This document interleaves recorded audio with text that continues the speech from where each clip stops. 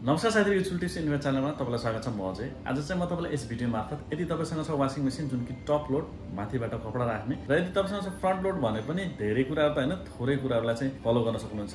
Drum बाहेक top load washing मेसिनलाई हरेक कुराहरु घरमै कसरी सफा गर्ने त्यसैको बारेमा भिडियो बनाइरहेको छु। कृपया भिडियो अन्तिमसम्म हेर्नु होला, स्टेप बाइ स्टेप हेर्नु होला। मैले कसरी सफा गरेको छु त्यसरी नै सफा गर्नु होला र यदि तपाईले यसरी नै सफा गरेर राख्नु भयो आफ्नो वाशिङ मेसिनलाई भनेदेखि चाँडै खराब हुनबाट बचाउन सक्नुहुनेछ। यो टप लोडको वाशिङ मेसिनलाई चाहिँ सफा कसरी राख्ने, स्पेशली फ्रन्ट लोड भए पनि टप लोड भए पनि इनलेट आउटलेट र जति पनि हामीले यसमा गर्न सक्ने घरमा गर्न सक्ने सरसफाइलाई चाहिँ कसरी ध्यान पुर्याउने त्यो विषयमा आज देखाउन गइरहेको छु।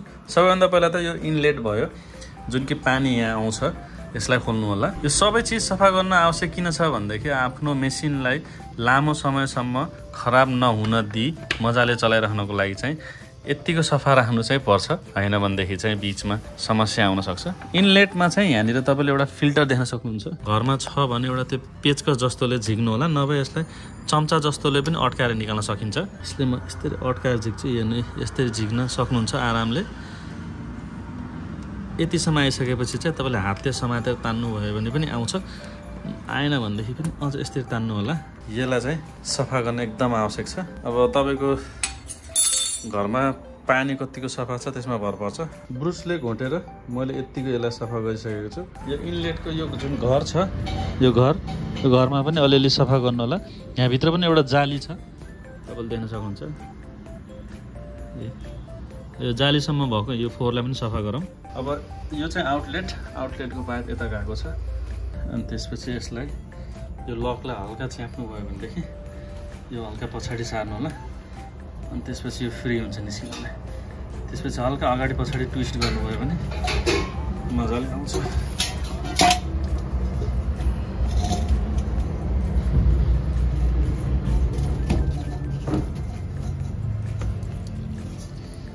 थोरै पानी त्यति खस्यो। सफा गर्ने अझ अर्को एउटा आइडिया छ।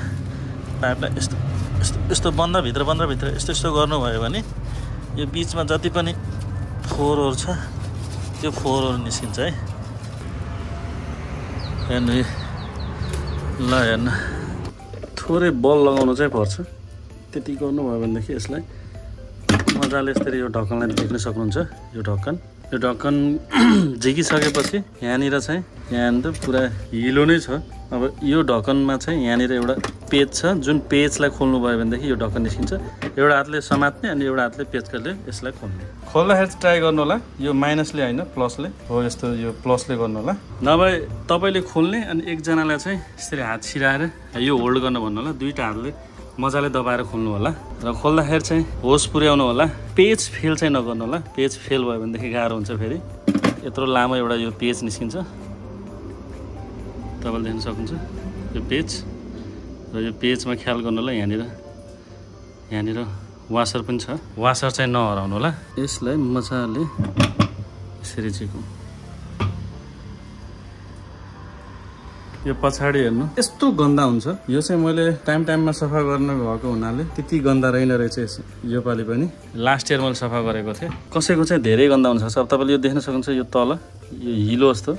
यो त सुरुमा मैले सफा गर्दाखेरि मलाई पनि थाहा थिएन, तर जब मैले सुरुमा सफा गरेँ त्यतिखेर त यो हिलो त यस्तो फोहोरो थियो। जति सक्दो म अलिअलि ब्रसले सफा गर्छु, यो एरियालाई पनि सफा गर्छु। त्यति धेरै त रहेन रहेछ। त्यसपछि सफा गर्नुपर्ने कुराहरू भनेको जुन कि अब त्यो त विकली बेसमै अथवा 2 हप्तामा एकचोटि अब तपाईँले कतिको युज गर्नुहुन्छ त्यसमा भर पर्छ। यो भित्रको फिल्टरलाई पनि सफा गर्नु होला। यसलाई मजाले यस्तै तान्नु भयो भनेदेखि यसलाई पानीको प्रेसरले ब्रसले जति सक्नुहुन्छ त्यति सफा गर्नु होला। यसलाई यति सबै कुरा सफा गरिसकेपछि यो क्लिनिङ ट्याब्लेट राखेर पनि सफा गर्न नबिर्सनु होला। यति सब गरिसकेपछि मैले सफा गरिसकेको भएको हुनाले मैले चाहिँ धेरै राख्ने, एउटा मात्र राख्न गएँ। तपाईँले चाहिँ 2-3 वटा राख्नु होला। वासिङ मेसिनलाई अन गरेर टप क्लिनिङमा राखेर यता केही नचलाइकन सिर्फ टप क्लिनिङमा राखेर स्टार्ट गरिदिनु होला। 1 घन्टा 40 मिनटसम्म मजाले क्लिनिङ हुन्छ। त्यसपछि आफै बन्द हुन्छ। त्यसपछि तपाईँको मेसिन फ्रेस भयो। यति कुरा हेरिसकेपछि तपाईँको मनमा 2-4 वटा प्रश्न आइरहेको होला, अब जोड्ने कसरी भनेर। जसरी मैले खोलेको छु त्यसरी नै जोड्नु होला। भिडियो लामो होला भनेर त्यो कुरालाई चाहिँ मैले स्किप गरेँ यो भिडियो मार्फत। र सफा गर्नको लागि चाहिँ हरेक हप्ता हरेक महिनामा चाहिँ नगर्नु होला। यो जुन ड्रम खोल्ने इनलेट आउटलेटको पाइपहरूलाई निकालेर सफा गर्ने यो चाहिँ तपाईँले वर्षमा नभए 6 महिनामा एकचोटि गर्दा मजाले पुग्छ। एकदमै धेरै युज गर्नुहुन्छ दिनमै तपाईँले 2-4 चोटि नै युज गर्नुहुन्छ वासिङ मेसिन भन्दाखेरि 6 महिनामा एकचोटि गर्दा पुग्छ हैन। तपाईँले खासै युज गर्नु न भन्दाखेरि 1 वर्षमा एकपटक गर्दा पुग्छ। तर सेल्फ क्लिनिङ र त्यसै गरी त्यसको फिल्टर क्लिनिङ यो कुरालाई चाहिँ तपाईँले हप्तामा नभए 2 हप्तामा नभए 1 महिनामा चाहिँ अनिवार्य गर्नु होला।